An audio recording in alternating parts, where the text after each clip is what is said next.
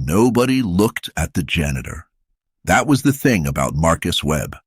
After 3 years of 5 a.m. shifts, after 3 years of blue coveralls and a badge that said his first name only, after 3 years of mopping the same marble floors while Chicago's most powerful people walked straight through him like he was a ghost, nobody looked at the janitor. Not once. Which is exactly why what happened next was so completely devastating for the 5 men who didn't look. It was 6:47 in the morning. The lobby of Nexus Capitol Tower was empty, or it was supposed to be. The building doesn't officially open until 7. Security doesn't clock in until 7. The cleaning crew doesn't leave until 6:55. That 12-minute window was a gap that Victor Crane had spent 3 weeks studying. He had a stolen badge, a loading dock entrance, and 4 men who had never once walked away from a job unfinished. He had everything figured out. He didn't figure on the janitor. Marcus was 70 feet away when he saw her. Diana Reyes, CEO, 38th floor, the only person in this building who knew his last name, and she was backed against the elevator bay with one hand on her briefcase and 5 men closing the distance between her and the front door. Her chin was up. She wasn't screaming. She was calculating, buying seconds she didn't have, with a stillness that cost her everything to maintain. Marcus looked at the scene the way a man looks at a problem he already knows how to solve. He set his mop against the cart, reached into his chest pocket, removed his name badge, and slid it, quietly, into his front pocket. Then he started walking. If you've ever been the person nobody thought to fear, stay with me. Subscribe and don't move, because what happened in that lobby in the next 47 seconds took 5 trained men completely apart, and none of them ever saw it coming. Nexus Capitol Tower had 47 floors, a lobby ceiling made entirely of glass, and marble floors that cost $11,000 per square foot to install. The building was the kind of place that reminded you, the moment you walked in, exactly where you stood in the world. The artwork alone on the ground floor was worth more than most people's neighborhoods. Everything about it was designed to communicate one thing clearly. Some people belong here, and some people serve the ones who do. Marcus Webb arrived every morning at 5:12 a.m. through the service entrance on the south side of the building. He signed in with badge number 0047. He kept a black thermos in the left pocket of his cleaning cart, and he never opened it before 6:30. He started every shift on the lobby level and worked his way up. He had done this exact routine, on this exact schedule, for 37 months without missing a single day. The overnight supervisor once told a new hire that Marcus Webb was the most reliable human being he had ever employed. The new hire nodded and immediately forgotten Marcus's name. That was the job. That was how it worked. He was 52 years old, 6 feet 2 inches tall, 230 pounds distributed through a frame that the coveralls hid completely. He had gray at his temples and a small scar beneath his left eye that he never explained and nobody ever asked about. He smiled when spoken to. He used first names. He fixed the 3rd-floor break room coffee machine 3 separate times with nothing but a flathead screwdriver and whatever he could find in his cart. And when facilities management finally sent a technician to replace it, Marcus had already fixed it again the night before. The technician filed a report saying the machine was in perfect working condition. Nobody connected those dots. Diana Reyes was 38, the daughter of a Mexican-American Army sergeant, and the CEO of a $200 million portfolio management firm that she had built from a one-room office in Wicker Park, with 11 years of 18-hour days, and a stubbornness that her board of directors sometimes described as a liability and always relied on when it mattered. She arrived every morning between 6:43 and 6:47. She was the only executive in the building who said good morning to the cleaning crew by name. She was the only person in that building who knew that Marcus's last name was Webb. She had no idea what else she didn't know. Victor Crane did not look like a dangerous man. That was the point. He wore good suits and kept his nails clean, and had a way of speaking in meetings that made people feel like they were the most important person in the room, right up until the moment he needed them to feel the opposite. He was 48 years old, ran a financial consulting firm out of a River North office with a lake view, and had been laundering money through Chicago's venture capital corridors for 11 years without a single federal charge. Not because he was lucky, because he was careful. 3 months earlier, one of Nexus Capital's investors, a man named Raymond Holt, had died of a heart attack in his car outside a restaurant in Lincoln Park. The medical examiner ruled it natural causes. The two men who had been sitting with Holt at dinner that night were both connected to Crane's operation. The transaction records sitting in Nexus Capital's dormant account files contained $40 million in movements that Crane needed the world to stop looking at permanently. He had sent Diana a message through a third party 14 days after Holt's death. Professional, quiet, the kind of message that never uses a single word that could be repeated in court, but lands with the full weight of everything it doesn't say. She had not responded. He sent a second message. She had her attorney file a notification with the FBI field office in Chicago and said nothing publicly. He gave her 72 hours after that. This morning was hour 71. Crane and 4 men entered the building at 6:39 a.m. through the loading dock using a contractor badge that had been reported stolen 6 weeks earlier and never deactivated. He knew the security shift didn't begin until 7. He knew the lobby cameras ran on a backup relay between 6 and 7, that the building's IT contractor had flagged for replacement twice without action. He knew Diana arrived alone. He knew everything about the gap in that building's armor because he had paid someone $2,000 to stand outside for 4 consecutive mornings and write down exactly what they saw. What they saw was an empty lobby, a cleaning cart near the south corridor, a janitor who was almost always gone by 6:50. Almost. Diana came through the front entrance at 6:46 and saw them before the door finished closing behind her. She didn't run. She didn't reach for her phone.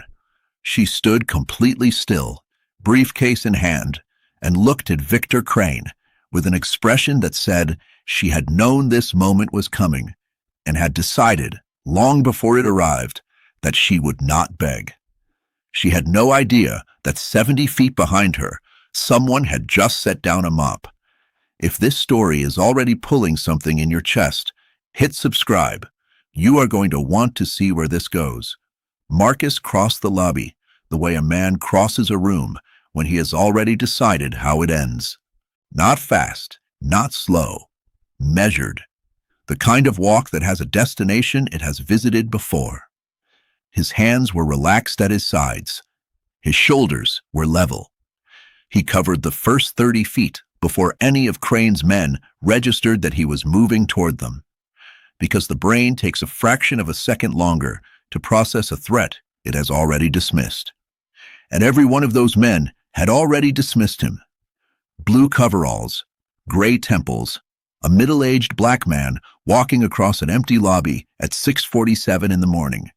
Not a threat, not a factor, not a person you adjust your positioning for. That fraction of a second was all Marcus needed. At 20 feet, one of the men laughed, said something about the janitor going back to his mop. Marcus didn't acknowledge it, didn't slow, didn't speed up. At 15 feet, Crane turned. He looked Marcus up and down once, the practiced, dismissive scan of a man who had spent his career measuring people and deciding their value in under 3 seconds. Then he said it quietly, the way men say things when they want the humiliation to land with maximum precision and minimum volume. Walk away, old man. This has nothing to do with you. Marcus stopped. He looked at Diana. She shook her head, a small, tight movement that meant No, please don't. I can't watch something happen to you too. He looked back at Crane. Step away from her. No anger in it. No performance. Just instruction. The kind of instruction a man gives when he already knows the outcome, and he is offering one last exit before it arrives. Crane nodded at the man on his left. What happened next took 47 seconds. The security footage, when it was reviewed later, would be watched by 3 federal investigators and 1 former Special Forces colonel who had spent 30 years training people to do exactly what Marcus did. The colonel watched it twice. Then he said, quietly, to no one in particular, Delta or SEAL. Nobody else moves like that. He was half right.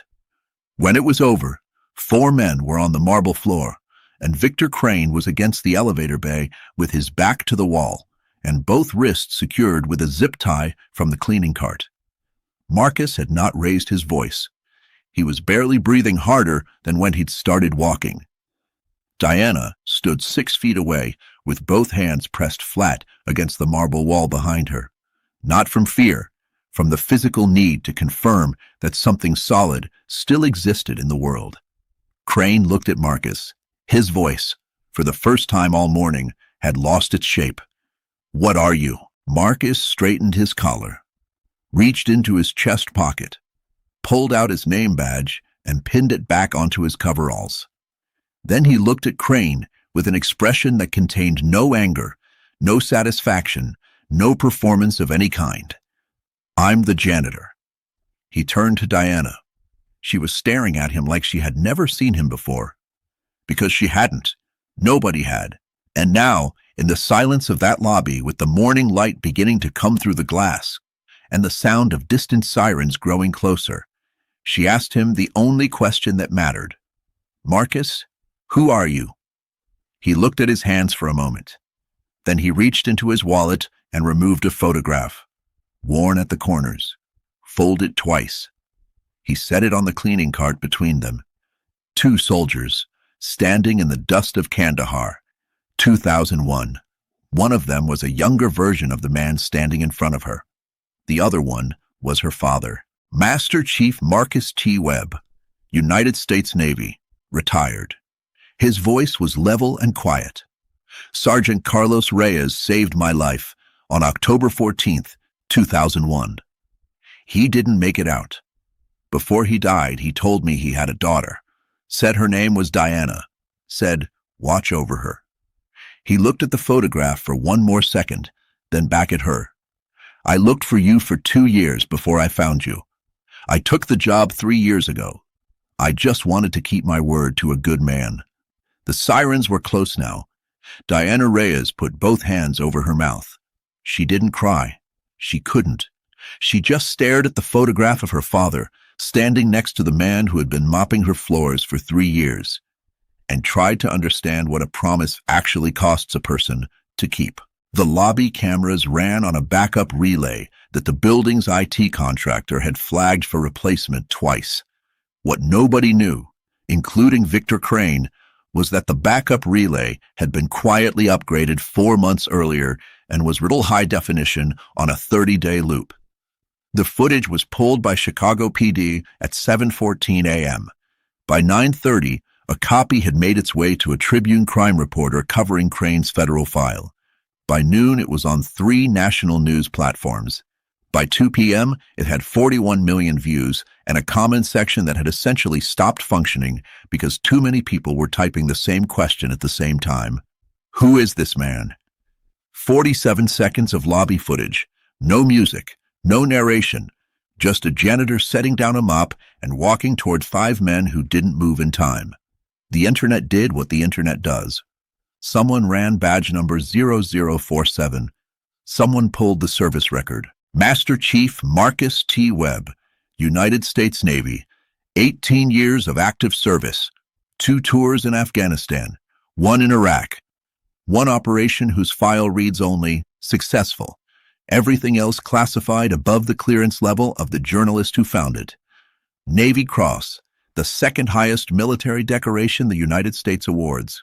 given for extraordinary heroism in combat under conditions that the official citation describes, in careful government language, as unsurvivable. Bronze Star with Valor, 3 Purple Hearts, honorably discharged in 2008 after a landmine explosion in Kandahar permanently damaged his left eye and ended his operational career. He had filed no disability claim, applied for no veterans assistance, told no one. He mopped floors. Within 6 hours, every person in Mex's Capitol Tower who had walked past Marcus Webb without acknowledgement was quietly and publicly having the worst day of their professional lives. The security chief, who had told Marcus to use the freight elevator because the lobby elevator was for staff. The CFO, whose 2022 cost-cutting memo had suggested reducing overnight cleaning contractors from 4 to 2. The building manager, who had once asked Marcus, in front of 3 colleagues, whether he needed the recycling procedures explained again, because some people find the color coding confusing. Their names were in the comments. Their LinkedIn profiles were getting traffic they had never asked for. Diana released a statement at 4 p.m. Short, precise. She had never been a woman who used more words than the moment required. It read, "Marcus Webb saved my life this morning. He has been protecting me for 3 years without asking for a single thing in return. Whatever you think a janitor is, think again." But there was one thing she had not yet said publicly. One thing she was saving, for him. Share this story, because the people who protect us quietly deserve to be seen. Subscribe if you're still with me. Diana came back to the building at 10 p.m. The lobby was clean, quiet. The marble floors caught the overhead light the way they always did after Marcus finished them. Not just mocked, but restored, like something that deserved to be taken care of. She found him exactly where she expected, moving through the south corridor with his cart, thermos unopened, badge back on, doing the job the same way he had done it every night for 37 months. He looked up when she came through the door, nodded once, the same nod he had given her 1,000 mornings, as if today had been a Tuesday like any other. She sat down on the lobby bench, the same bench where they had shared coffee on a January morning 3 years ago, when the elevator was broken and she had asked him what he did before this, and he had smiled and said, "Government work," and she had let it go, because some doors have a weight to them that tells you not to push. She asked him to sit. He did, the way a private man sits when someone is about to know him, reluctantly, like something is being taken rather than given. She told him what she had found, the record, the Navy Cross, the citation from Kandahar, dated October 14th, 2001. The same date, the same engagement, the same ground where her father had died. He didn't react. He already knew what she'd found. He had known she would find it before the day was out. She asked him why he never said anything. He was quiet for a long moment. Then he said it simply, without drama, the way men say the truest things they know. "Your father didn't save my life so I could use it to get something from his daughter. He saved it because that was who he was. The least I could do was try to be the same." Diana looked at him for a long time. Then she reached into her wallet and placed her photograph next to his on the bench between them. 2 photographs, same desert, same dust. Different men who had made the same decision when it mattered. And then she asked him the question that had nothing to do with the past. 3 months later, Victor Crane accepted a federal plea agreement that his attorney had spent 6 weeks trying to avoid. The $40 million in frozen assets was returned. The evidence Diana had refused to destroy was the cornerstone of every charge. The 2 men who had been with Raymond Holt at dinner in Lincoln Park were indicted the same morning.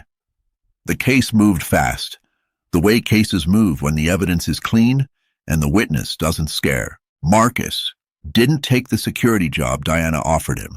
He thought about it for 1 day, which for him was a long time. Then he came in at 5:12 a.m., signed in with badge number 0047, poured nothing from his thermos until 6:30, and started on the lobby level the same way he always had. The security chief who had told him to use the freight elevator had quietly transferred to another building. He couldn't look Marcus in the eye anymore. Some people, when they finally see clearly, can't stand what the clarity costs them.